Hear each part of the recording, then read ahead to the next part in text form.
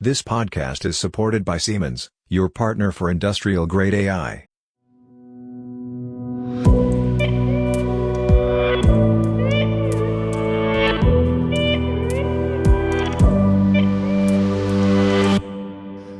Hi there, welcome to a new edition of the Industrial AI podcast. My name is Pieter Seeberg and I'm your host. Today I'm going to be talking to Pieter van Schalkwyck. He's the CEO of XMPRO, and Pieter and I are going to be talking about multi-agent generative systems for transforming industrial processes. Hi, Pieter. Hi, Peter. Nice to be on your podcast. Oh, you're welcome. Pieter, the difference with my name is only one I. Pieter, my Pieter. Please introduce yourself to our listeners. Oh, thank you very much. I'm Pieter van Schalkwyck, and I'm the CEO at XMPRO. My background's in engineering, so I spent quite a number of years on the factory floor and on the industrial side, and then decided to go to the dark side of IT. So did some postgraduate studies on the IT side of things, and we're now seeing all of these things converge into kind of the digital engineer, where it's a combination of both of these skills. I am outside of XMPRO. I'm also chair for a number of working groups and task groups in Digital Twin Consortium, in the Mining Guidelines group, and heading up things like AI and industrial AI task groups and working groups. Okay, well, sounds great. We're going to be concentrating on, I guess, on many of those, but we put industrial AI in the center there. Now, you started, that's already in the middle of last year, 3/4 of a year ago, you started an article series on LinkedIn. And you started actually with railroads and you finished with real-world applications of multi-agent generative systems. Now, let's jump in. What do railroads and multi-agent generative systems have in common? A great question. And I think we've seen a number of evolutions of technology since we've had Industry 1.0. And one of the things that we see every single time with those is that once a certain technology matures, it becomes a utility. And likewise with things like railroads, there was a lot of investment. It was quite unique in terms of how it started. And quite a number of organizations got involved. But through that, we built the infrastructure and we built the utility of being able to, for example, in the US, we're connecting the East Coast to the West Coast. And through that, all the trade and everything established along the routes of that. So it created that utility or the ability to now create new business models. And likewise, what we're seeing with specifically large language models, which is capturing everyone's attention. And just to kind of clarify, industrial AI is not just about generative AI. There are a number of different AI components that you could apply to it. Causal analysis, neurosymbolic AI, there are quite a few. But generative AI is the one that has really kind of moved us from kind of awareness to being right in front. And that attracted a lot of investment, a lot of work. And a number of organizations have built out capabilities on that. Now, what we're seeing with those capabilities, they're now becoming almost the utility that we now have. And likewise with railroads, where we went from a large number of organizations doing this, we started creating some standards. So everyone's on the same kind of rail tracks, and the economy started building around it. The other reality of it is we only have a few large rail companies out there at the moment. So we don't have many small ones. But from a utility factor, we now have standardized connection between, for example, the East Coast and the West Coast in the US. And we've built this whole trade that sits around it. We see the same thing with generative AI. So it's not about which model is the best one. It's actually what can you do with it, and how can you now create that utility and turn that into something from a business process or a way that you can now create new business models and advance through that. So that for us was kind of the analogy going from a lot of investment, heavy, complex, big, and only few players could do it, to where we have a whole ecosystem and a whole economy that could actually run through that. So that was the real benefit that came out of it. And likewise, we're seeing the same with generative AI. Right. And if we stay with that comparison for a moment, where are we now then, as far as then Gen AI or the later on the multi-agent systems are concerned? Was the first railway track, was that Stockton, I believe? Was that 1780 or was it 1880? I'm not sure. But where are we today then, if in that comparison? So I think we're starting to see a consolidation of the larger utilities. So there are a number of big players, and there's still one or two trying to get into that space, but it's really hard for anyone now to kind of become a leader in creating the models or owning the models.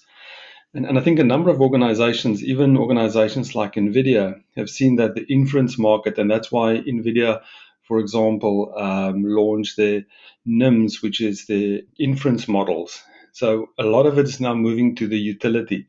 Likewise, with the electricity generation, we saw something similar where there were a whole bunch of organizations like GE and others who built a lot of power generation, but then they also started building the consumption of that. So the actual white goods, the washing machines and things like that consume the power that came out of the power plants that were built, is actually where the growth of the opportunity sat with that. So likewise with the railroads, I think where we are now with these generative systems, I wouldn't get into the business of starting to build a model, but we are seeing the use of it, or the utility. Again, if I go back to the example of the power station versus the washing machines and the electrical equipment and everything that market that has appeared around that, I think we're starting to see that market starting to understand what it means to actually consume that utility, because the real value actually only come from electricity, for example, when you can consume it and do something and make something with it, rather than just have it. So likewise with large language models, it's great to play around with. I have to just name a few: ChatGPT, Claude, Grok, whatever you want to call, and ask it silly questions and make nice pictures. But from a business value and from creating new business models, there's very little in that. It kind of sparks a little bit of our curiosity and creativity, but the real value and the utility from an industrial point of view is only when you can start applying it to real problems that we have in the industrial sector, and that's where agents and things are starting to emerge. So we've also seen there's a progression going from kind of decision support systems with a little bit of AI to decision augmentation, where I've got co-pilots and assistants, to what we're now starting to see where organizations realize, well, I can actually build some automations, and some of those automations can be really clever. So they can have cognitive capability and kind of work like a brain. Others are almost brain dead, and they just kind of workflow with the LLM in, but they could still drive some utility or value for me around my business processes. So that's where we're starting to see these agents starting to fit in, is not at that bottom layer of trying to be the reasoning model, but at that level of I'm trying to build a smarter business process that will drive value. Okay. We're going to be talking about all of those in detail. It's a great comparison. I had seen, most of us had heard about the comparison to electricity, maybe by Andrew Wang, I think, but the way that you put it, actually, I've been reading for a couple of hours. These days, for me, it's difficult to pick up a novel, even when I'm supposed to be on holiday, I think. But when I started reading in your article, and we're going to make the the links available in the show notes for you, dear listener. So why then, how do you see Gen AI introducing a new way of working other than, for example, blockchain? I think blockchain is a completely, blockchain is evolution of an existing kind of approach that we've had. So it's just improving almost the effectiveness, or sorry, the efficiency factor of what we were trying to do with making information immutable and secure and all of that. So that's kind of almost an evolutionary process that has happened. What we're seeing with generative AI, it's a completely different problem that it's solving, or it's not just a better mousetrap, which is kind of what, for me personally, and there are great value in things like, even with agentic AI, sometimes you may want to use some blockchain to, again, make information immutable. But that's a evolutionary process. What we're seeing with Gen AI is not just a better mousetrap or a smarter way of automating simple processes. It brings a completely different capability to be able to drive, in terms of the challenges that we see in organizations where there's a lack of skills. Systems are getting really complex. Organizations have to do more with less.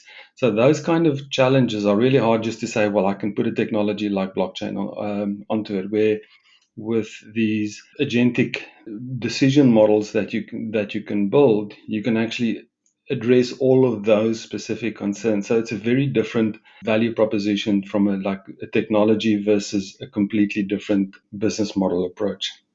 Okay, I hear one is, as from your perspective, more evolutionary, while the other one is, I guess, to say revolutionary, right? Yeah, I think we always need to be careful about revolutionary, because quite often revolutions don't end in a good result. I actually like to think about it more. One is a continuation of what we've been doing in the past, and it's growing in that. This is just a completely different way of solving a problem. So I'm not telling you to build a better mousetrap. I'm giving you a completely different way of solving something which has been really hard. And through our incremental processes of trying to do some of the improvements we have in the past, we actually didn't get to the OEE on the factory floor. We didn't get to pick up the maintenance issues because our engineers have been overloaded. They can't process all the information. There's just too much. There's pressures to cut costs. All of those requires a completely different way of addressing the problem, and I think that's what the agentic capabilities of generative AI brought us. Right. Now we can sense through the microphone, through my headset, your excitement about Gen AI. Why don't you maybe start telling us what, as far as you're concerned, is a generative agent?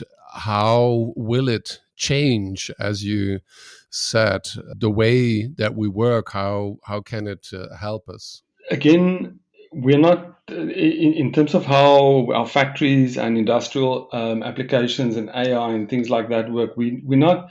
It's not changing how the actual factory floor runs. It's actually changing how we can run the business processes that sit on top of those operational, not challenges, but operational opportunities that we have. So for us, a generative agent is something where the LLM, so let me backtrack a little bit. So we see a lot of it is about how can we automate these processes. And again, the big drivers for a lot of this is the systems are getting really complex. The machines that we're buying are getting really complex. So there's a cognitive burden or cognitive overload on end users to be able to use that. They need to look at a number of screens. Somewhere in a water utility, a new operator needs to look at 16 screens. In a factory with the machines, it's even worse. There is a skills challenge, and it's not just people retiring, but it's also not keeping up to date with training because of how fast things are evolving. And then the last one is we're actually trying to reduce costs. So we're taking people and machines and things out of the equation. So in order to address those, we want to improve the business processes where a lot of the value gets generated in manufacturing and other industrial processes. So one of the ways to do it is just to have an automation, and inside that automation, I can put in an LLM, and I can get it to help me do reports and inspection data and things like that just much faster. So there's an efficiency improvement. And we've seen it in many places.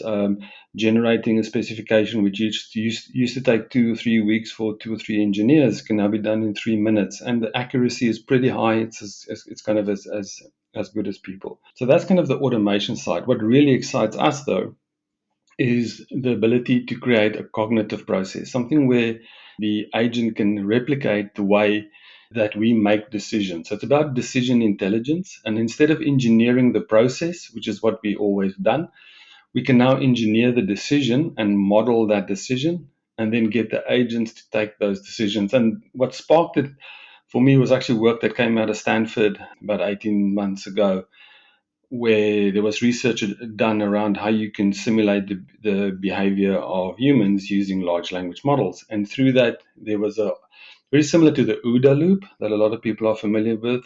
That comes from the military, where it's observe, orient, decide, and act. In the Stanford model, it was about observe, reflect, plan, and act. And how can you use a large language model to do that? So for us, a real cognitive agent or and recently, a couple of weeks ago, there was another research paper that came out from all the top academic institutions combined, where they talk about these things as foundational agents. And they have this ability to not just curate and create content, but they can actually allow you to make cognitive decisions that through observations from its environment, being able to reflect on that, and then generating plans and actions and being able to adapt them in real time. So for us, it's a generative agent is one where there's an LLM that drives the how the decision making in that agent work. And if you can put a few of them together and they can work together, that's where you can create these teams that work to an objective function or mathematical function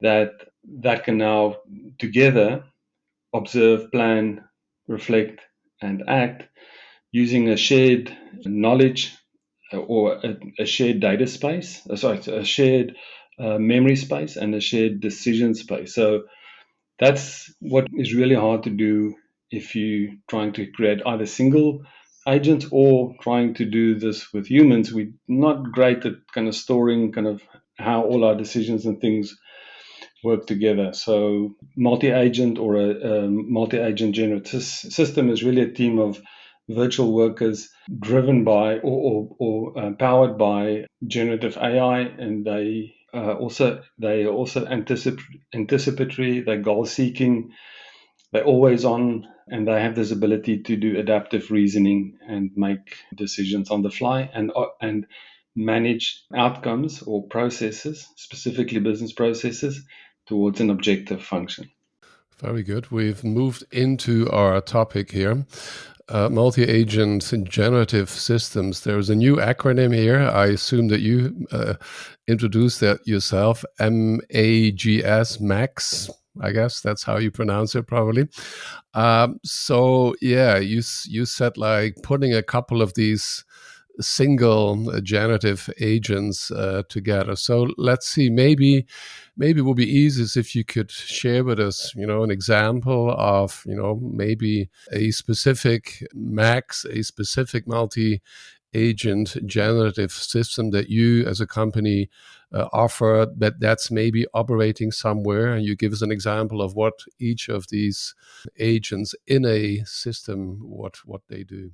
Yeah, I can give two quick examples. So the first one is, as I mentioned earlier, water utilities. So where you have, let's say, in a very remote area, struggling to get people to go and work there, there are reservoirs, large reservoirs that needs to be managed to be at a certain level. Now that you can do with a control system, you don't really need AI or MAGS or things like that, but if you want to also, from a sustainability perspective, also reduce energy consumption and the cost of energy, you want to be able to pump those reservoirs when the electricity price is at its lowest. So in a market where you can buy electricity at different rates, there's an agent whose job it is to forecast what the best window is. There's an agent who looks at the levels of the reservoirs and deciding when to switch on the control system and when to switch it off, like a human operator would have done. So the machine switching on and off, that still happens in the control system, but making the decision on when that needs to happen, that's a reservoir operator who gets information and collaborates with the energy forecaster. Energy forecaster's objective is to try and reduce energy cost as well as improve sustainability metrics. And then there's a third agent who looks at the condition of the equipment, a predictive agent. And that agent is looking at when do I need to get time slots or maintenance slots. And I need to negotiate that with these other two agents and what's the remaining useful life, all the classical things that you would see a reliability engineer do. Now, this is a very specific use case. So it's not all, well, when I say use case, this is a very specific task that these agents are doing. So they're not trying to do all the work of all the operators and all the engineers. It's just for this one set of pumps and water pumping and electricity for remote reservoirs where risk is low. So that's one example. The other one is in mining, where there are these big crushers that crush the rocks as they come out, and before you can get them on a conveyor, you have to crush them down. Now, this mining company got an engineer who used to look at these, and they've got liners like the brakes on your car. So over time, these liners would work. They would work down. You need to replace them, which takes about 2 weeks. And they've got 6 of these big machines. So there's almost like a factory with limited or constraints, very similar for them. So they've got these big 6 machines that crush the rock down, and the engineer would look at this to decide when to schedule the liner repairs. Now, operationally, they can run at full production with 5 out of 6. If they go to 4 out of 6, they have to throttle back production. So big losses on a daily basis. And he would look at those numbers. That person retired. We have built the models in the past around the prediction of when this is going to overlap, when we may have 2 of them at the same time, which we don't want. So it's really easy to take 3 agents now. It's one person with multiple tasks that they do. One of their tasks can be done now by these 3 agents. The one agent is a wear agent. The other one is the throughput agent, and the other one is also a maintenance agent. So between them, they decide and look at these crushers when they need to get relined, make sure that we only have one at a time. But they work to a mathematical kind of objective function, so we can very easily see and track if they get this wrong. So those are 2 examples where they both a team of 3 agents. We have teams of larger agents, 6 agents or so, where they're doing supply chain optimization, and one is looking at last mile logistics, while the other one is looking at some of the other logistics, the demand planning on the factory, short-term inventory planning. So those are some of the examples of where these teams work together. And as you could see with the water example, there might be conflicting objectives. I may need a time slot. The window for the best energy is at this time, and the reservoir is too low. So there might be 3 competing objectives, and these agents handle them. I was going to ask you exactly you moved into that space of where I believe you differentiate between, I believe what you call supervising agents and the lack thereof. Maybe you call it cooperative, I don't know. So and maybe and you already kind of did that, comparing with the situation until yesterday where, exclusively humans were doing things. Can you make that comparison to situations where there was always like one manager in control and other people doing things as coordinated by the one person? And how do you see that to be taken over or supported, I don't know, by MAGS in the future, already happening today? I think there are also scenarios where you still have the humans in the loop. Certain tasks still needs to be done by a human. So it's actually a collaborative team. It's not just a fully automated. There are examples of the fully automated team, But there are also examples of where I still have humans who perform certain of the functions. In actual fact, one of the things that we're doing is we do a confidence level in every decision. So we work out a confidence level score. That's based on a number of parameters. And if the confidence level is low, it will always still go to a human. So you need to build these, you need to create a safe operating envelope around these where you say, if you get too close to the boundaries of this, I still need to get it to a human. But to your point of having a kind of a directed team with a supervisor, we still also have some of those sometimes, not that often, where in a highly regulated industry like pharmaceuticals or something, there might be overseer or kind of a supervisor, and that role is more, some of the technical terms is like agent as a judge. So it will almost audit and check, and it's not really an orchestrator. Many of the other approaches that you see is this central hub, and everything go. The orchestrator will decide someone needs to research and get the research back, and then it goes to the writer, and it comes back, and then it goes to that orchestration function. It's a very linear process. What we've created is the ability for agents to communicate with each other and then share their, and again, work to an objective, a mathematical kind of objective for the team and individually. And they can dynamically collaborate around a certain problem set, like the water one. So the three of them can actually come to a resolution. And there are ways that if we don't resolve, what are the consensus mechanisms, like we do as humans. So sometimes we need a human Yeah, supervisor. I was going to say, yeah.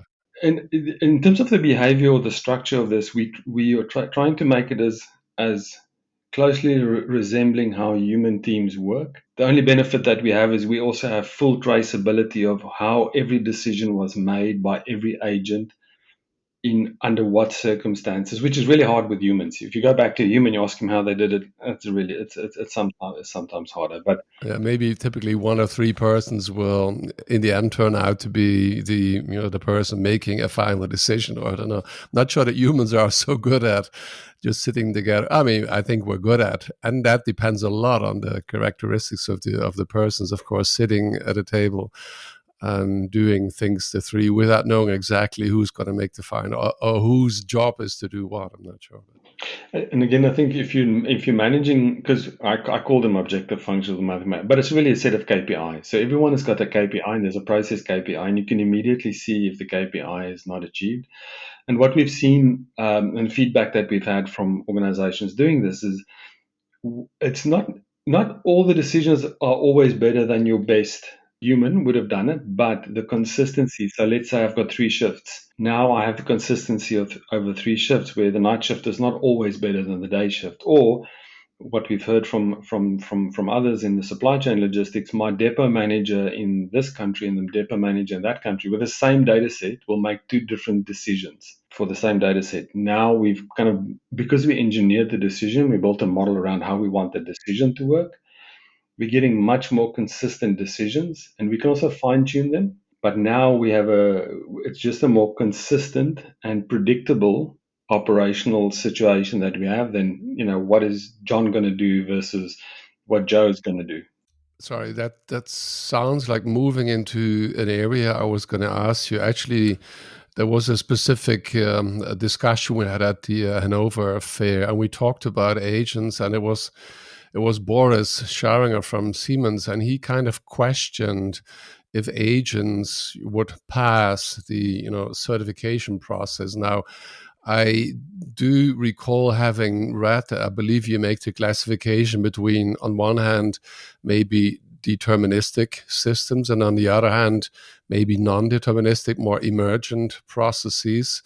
Nevertheless, so the question is, like, how do you make sure that agents behave according to policies, company policies, rules, and regulatory requirements, like you just said? You mean more or less? How does that work? I think that's one of the biggest questions that we see is, can we trust what agents are, and can we trust what agents do? Those are kind of the two things. So first of all, do we understand what they are, and then what do they do? So in terms of how do we make sure that they comply to kind of business rules, and I think the most important thing is to understand that large language models are not calculators.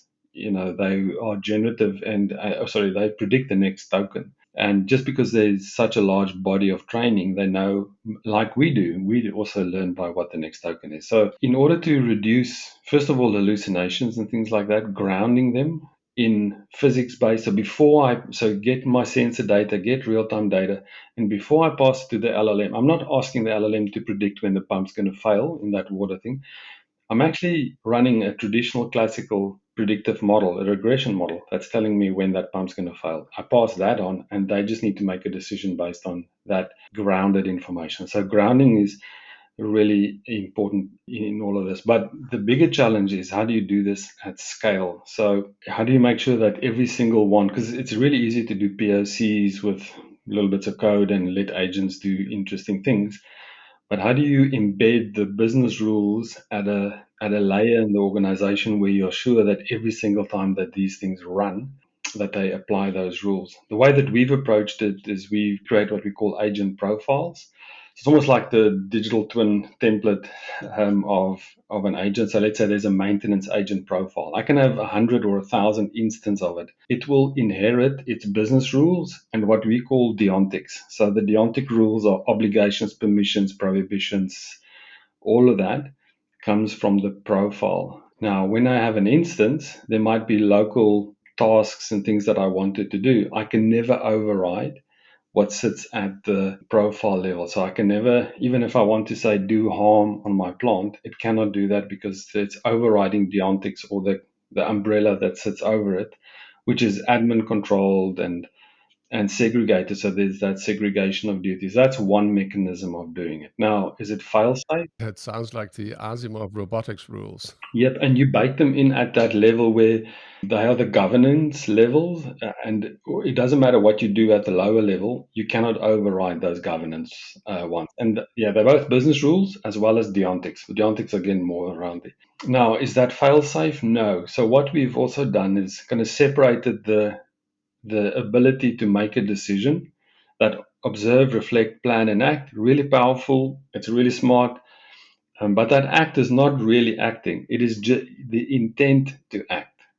We've separated that from the ability to now physically go and switch something on and off. So that is, for us, that's kind of what we call data streams. So these agents sit on top of or live on top of kind of the digital twin or these real-time data streams. And if inside those streams that action is not available, you cannot do it. So if there's no way to switch something on or switch something off, even with all the intentions that the LLM may have to say go do this or do that, it physically cannot do it because there's that separation. So for us, that act, again, it's not really a full-on action. It is the intent to act. That intent is passed down into the next layer, and that layer is almost like a control layer.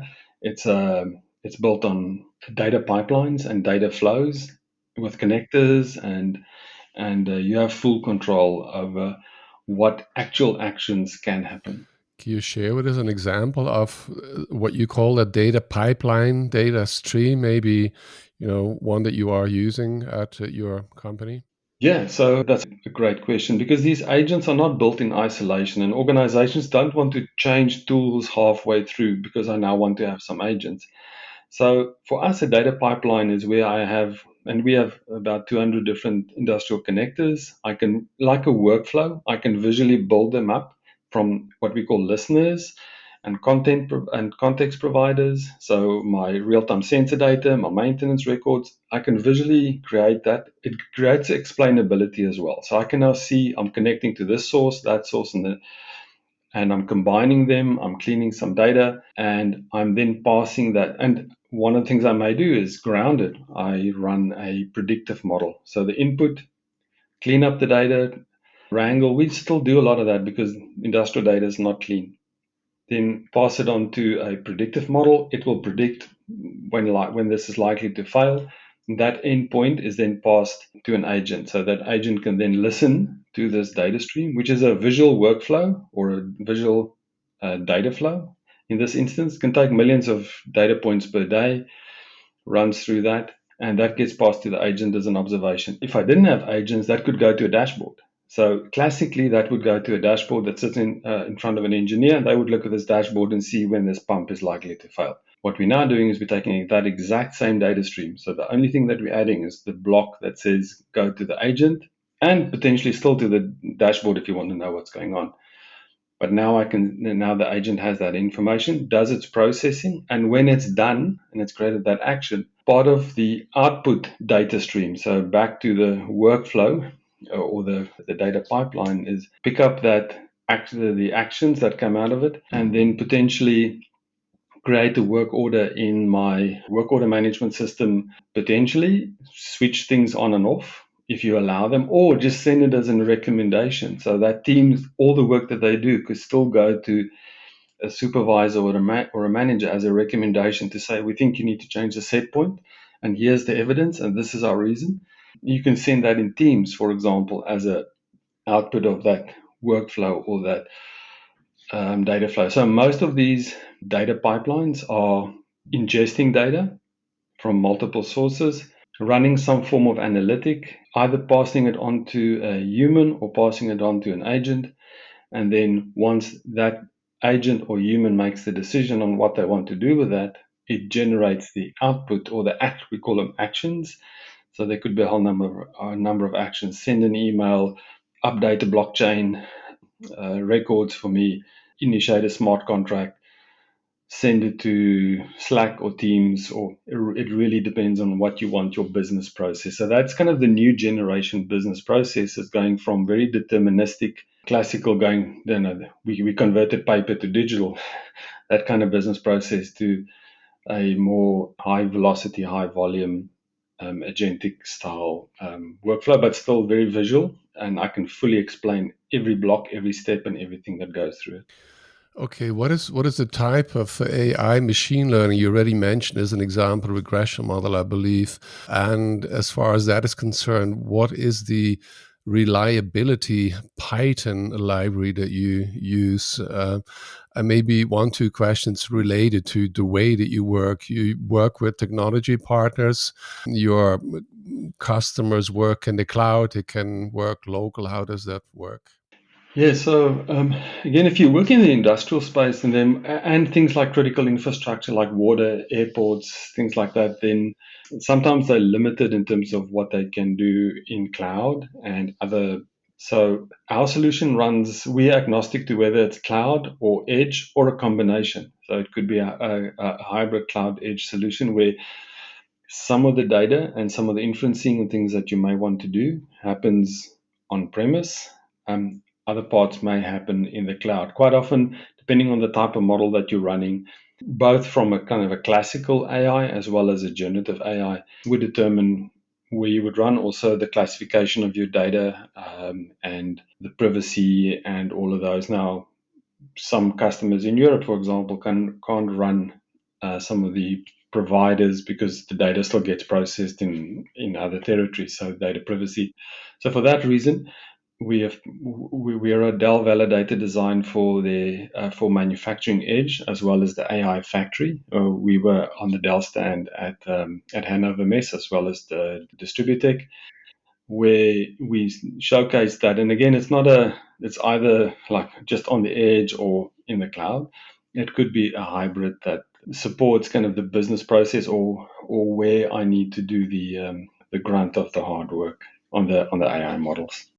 Very good. You started writing about this, and I assume that your thoughts, your ideas were actually even a long time before that, but almost like 3/4 of a year ago. Now, since what I see, only like a couple of months, everybody is talking agents, talking about the hype, and the hype always has the positive and the negative, the hype side. But how do you look at where we are today? I mean, assuming, just hearing, reading, that you must have been one of the drivers, at least in the industrial space. So what has happened since then, and where do you see that we are within the industrial space as far as the agents, multi-agents use in the industrial environment is concerned? I think there's a lot of opportunity, but there's also a lot of confusion and risk.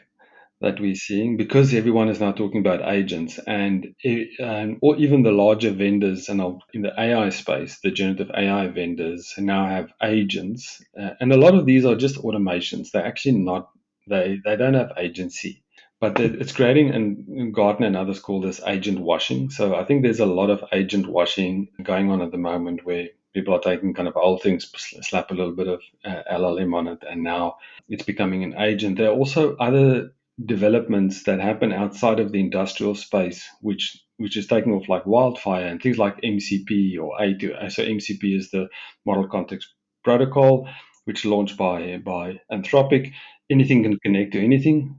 We can't do that in a factory. We need to put that level of, now we support MCP inside our data stream. So again, as I mentioned earlier, I'm removing the intelligence of the agent to the execution of the data stream.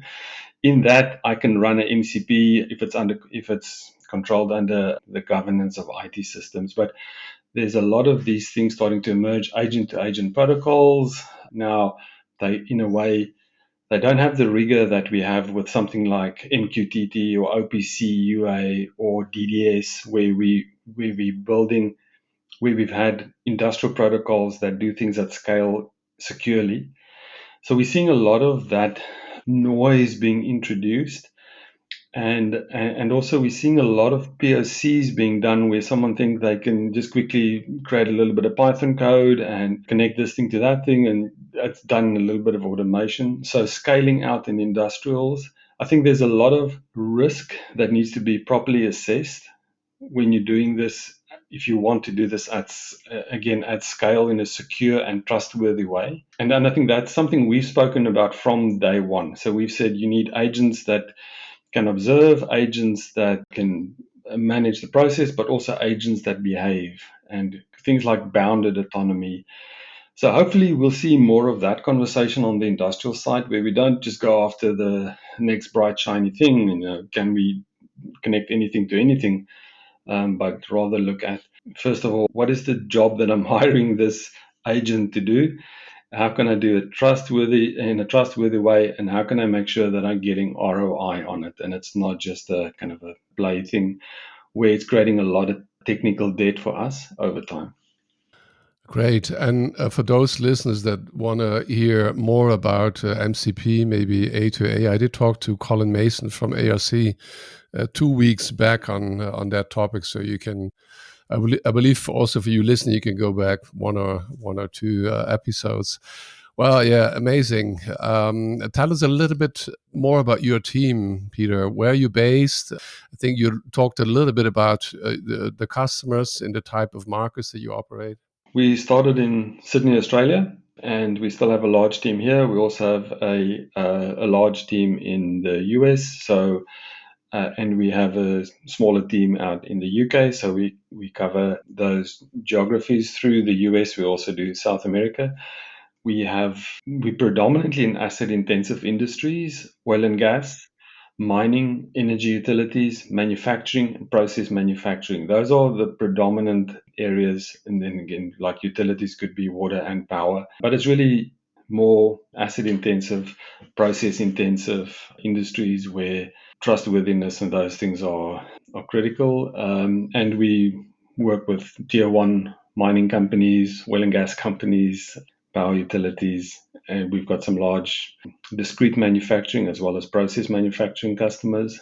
And we also have a number of professional services partners that support us where we can't support all the clients on really good engineering as well as IT-based service partners. Sounds great. Only mainland Europe is still lacking, I hear. It's busy. It's busy happening. There's some work underway in Europe. Too early to talk about it, but there's some exciting stuff. And again, for us, it's about how do we make sure trustworthiness and all that. So working with some of the local cloud providers from a data sovereignty and all that. So that's all underway. Very good. Let's come to a close, Pieter. Where is all of this bringing us? I mean, I understand you're kind of in the middle of, providing your multi-agent generative systems to your customers. So you're actually in operation mode. So What have you learned since, and what does that mean if you project it into, as far as you can look into the future, please? What is this technology going to be doing with us? What is the big chance? Where are the risks? And how, just to put it at a really high level, I mean, how is this going to make changes to our society? I'm a big supporter of what is busy happening, but we must also realize not everyone is going to get there at the same time. And even for us, we still see a lot of people building decision support with dashboards. A large number of people doing that. There's some who are experimenting with co-pilots and assistants. So that is a next step. And then this multi-agent generative systems at the moment is actually a smaller part, but it gives us the opportunity, especially with the large organizations, to make sure these things are robust and they work really well. And the only analogy I can give around where we're going with this is if you think about farmers many, many years ago, there was a person with an ox and a big plow and walking, and the skill was in how I could actually manage this plow, and I could feed my family and lived in a one-bedroom house.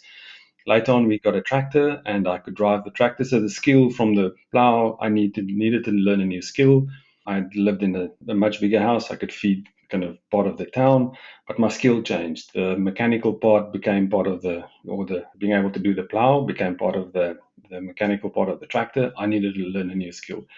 These days, farmers, they sit in an office. They have fleets of large agricultural tractors and things which use GPS, and they manage them from there. So they don't even have the skill of driving that tractor anymore. As we start seeing agents taking over the role of monitoring and checking and making sure that my tractors and things are all working, and this, they all have diesel, and which ones need to go for maintenance or whatever the case might be, and that scheduling being that taken over, the next generation of farmers are more around how do we manage our assets, how do we get to the best economic use of agriculture and make sure things are sustainable.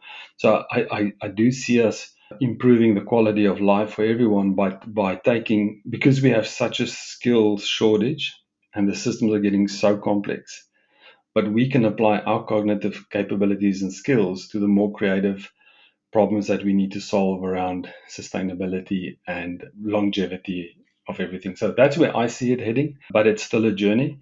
It's going to have a few bumps along the road, but there are definitely organizations who are starting to see the benefit of doing that. It's a great comparison, which makes me a little bit sad as well. I'm a big tractor fan, basically.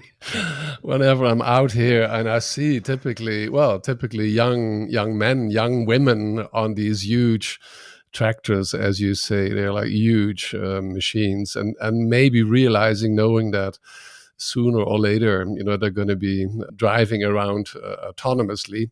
But at the same time, it's many times because it's a chance rather than because we don't have the people to be driving the tractors. And I think you're making that comparison with regards to the multi-agent systems. No, and all I wanted to say is, in every single time we've seen that we've actually improved the quality of life for everyone around us. Now, every single time we go through one of those transitions, yes, there are skills that are lost, but generally, as a society, we're better off.